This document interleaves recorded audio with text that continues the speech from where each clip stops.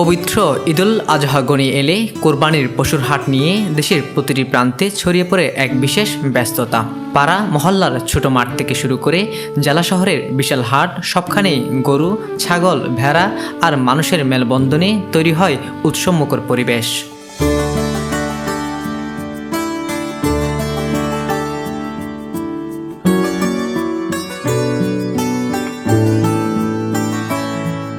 মুসলিম বিশ্বের অন্যতম এই ধর্মীয় উৎসবকে সামনে রেখে দেশের নানা প্রান্তে বসেছে কুরবানির পশুর হাট।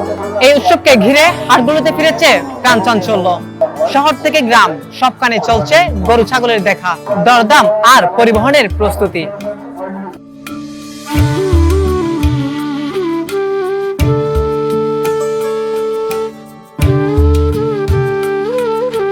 প্রত্যন্ত অঞ্চল থেকে শত শত পশু আসছে হাটে, কেউ ট্রাকে, কেউ ভ্যানে, কেউ বা হাটিয়ে আনছেন আদরের পশু। অপরদিকে ক্রেতাদের মধ্যেও ঈদকে ঘিরে আনন্দ উৎসাহের কমতি নেই। পরিবার নিয়ে হাটে আসা, পছন্দের গরু খোঁজা, দরদাম করা, এই আনন্দ ছড়িয়ে পড়ছে চারদিকে।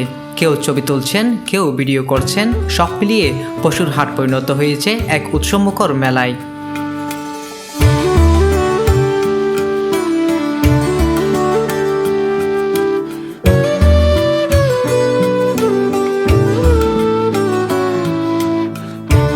এই কুরবানির হাট অনেকের কাছেই শুধুমাত্র কেনাবেচার স্থান নয়, বরং শৈশবের এক টুকরো স্মৃতির জগৎ। বাবার হাত ধরে হাটে যাওয়া, বিশাল গরু দেখে চোখ বড় করা, দরদামের শব্দ শুনে রোমাঞ্চিত হওয়া, এসব আজও বহু মানুষের মনে জীবন্ত হয়ে আছে।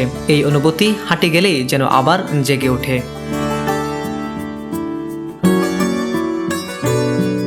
কুরবানির হাট কেবল বাণিজ্যিক লেনদেনের কেন্দ্র নয়, বরং এটি একটি ধর্মীয় এবং সামাজিক উপলক্ষের অংশ। প্রতিটি গরুর সঙ্গে যুক্ত থাকে বিক্রেতার দীর্ঘদিনের লালন পালনের গল্প, শ্রম এবং একান্ত ভালোবাসা। এই আবহেই কুরবানির হাট হয়ে ওঠে এক মহৎ ত্যাগ ও একান্ত অনুভূতির প্রতিচ্ছবি।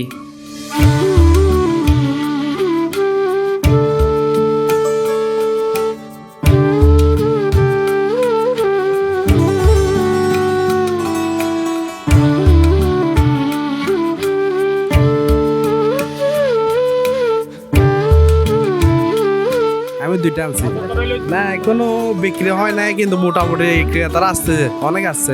দরদাম তো আজকে আমাদের নাতন বাগিচা প্রথম হিসাবে মোটামুটি ভালোই আছে।